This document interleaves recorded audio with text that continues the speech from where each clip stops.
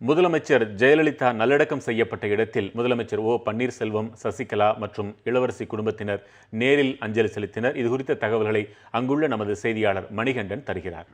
சரியாக எத்தனை மணிக்கு அஞ்சலி செலுத்தப்பட்டது? அஞ்சலி செலுத்தும் போது யார் யாரெல்லாம் உடனிருந்தார்கள்? மணிகண்டன்.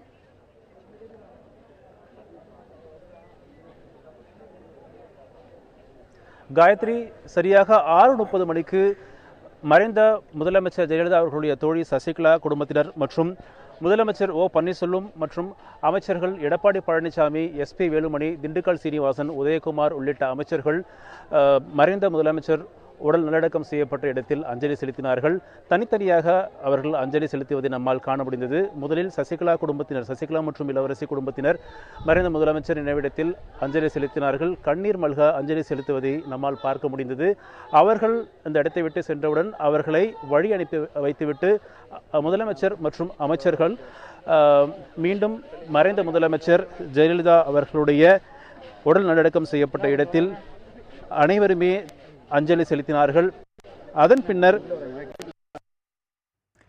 மணிகண்டன் அவங்க ஆய்வு செய்தார்ன்ற தகவல் வந்திருக்குது. ஓ பன்னீர்செல்வம் என்ன ஆய்வு செய்தார்? எஸ்பி வேலுமணி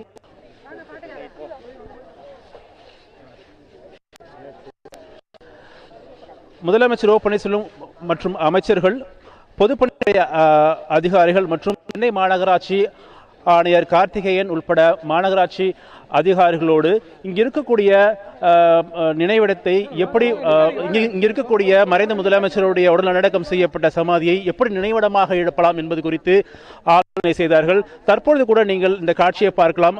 ஆலோசனை செய்துவிட்டு அமைச்சர்கள் உதயகுமார் உட்பட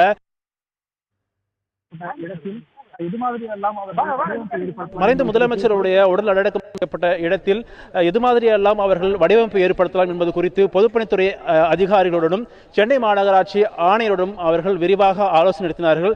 அதன் பிறகு கிட்டத்தட்ட 6:35 மணி முதல் 7 மணி வரை இந்த எம்ஜிஆர் நினைவிட வளாகம் முழுவதும் அவர்கள் சுற்றி ஆய்வு செய்தார்கள். என்ன மாதிரியெல்லாம் இங்கு வந்து பொதுமக்கள் அஞ்சலி செலுத்துவதற்காக வசதிகள் ஏற்பாடுகள் செய்யலாம் என்பது குறித்து பொதுப்பணித்துறை அதிகாரிகளிடமும் மாநகராட்சி ஆணையரிடமும் அவர்கள் ஆலோசனையில் ஈடுபட்டார்கள். ஒவ்வொரு இடமாக நடந்தே சென்று அவர்கள் அனைத்து இடத்தையும் அதை எப்படியெல்லாம் மாற்றி அமைக்கலாம் என்பது குறித்து ஆலோசனையில் ஈடுபட்டார்கள். அது மாத்திரமல்லாமல் மறைந்த முதலமைச்சர் உடல் நல்லடக்கம் செய்யப்பட்ட பிறகு 3 நாட்களாக இங்கு பொதுமக்கள் அஞ்சலி செலுத்திய வண்ணம் இருக்கிறார்கள். பொதுமக்களுக்கு செய்யப்பட்டுள்ள ஏற்பாடுகள் குறித்தும் அவர்கள் ஆய்வு செய்தார்கள். குறிப்பாக பொதுமக்களுக்கு இங்கு தண்ணீர் பாக்கெட்டுகள் வழங்கப்படுகிறது. அது மட்டுமல்லாமல் உணவுகளும் வழங்கப்பட்டு வருகிறது. இந்த இரண்டையுமே முதலமைச்சர் ஓ பன்னீர்செல்வம் ஆய்வு செய்தார். உணவுப் பொட்டலங்களை பிரித்து பார்த்து பொதுமக்களுக்கு நல்ல உணவுகள் தான் கொடுக்கப்படுகிறதா என்பது குறித்தும் அவர் ஆய்வு செய்தார். தற்போது அமைச்சர்கள் இன்னமும் இங்கேதான் இந்த வளாகத்தில் தான் இருக்கிறார்கள். பொதுப்பணித்துறை அதிகாரிகளோடு அவர்கள் ஆலோசனை ஈடுபட்டு வருகிறார்கள். மேலும் இங்கு இந்த மறைந்த முதலமைச்சர் உடல் நல்லடக்கம் செய்யப்பட்ட அந்த இடத்தில் நினைவிடம் அமைப்பது தொடர்பாக வரைபடத்தையும் அவர்கள் ஆய்வு செய்ததாக இங்கு இருக்கக்கூடிய அதிகாரிகள் நமக்கு தெரிவித்திருக்கிறார்கள். தற்பொழுது சுகாதாரத்துறை அமைச்சர் விஜயபாஸ்கர் அவர்கள் இங்கு வந்திருக்கிறார். கிட்டத்தட்ட 10க்கும் மேற்பட்ட அமைச்சர்கள் இங்கு இந்த ஆய்வில் இன்னமும் ஈடுபட்டிருப்பதை நம்மால் இங்கு காண முடிகிறது. வெங்கட், தகவல்களை தந்தமைக்கு நன்றி மணிகண்டன்.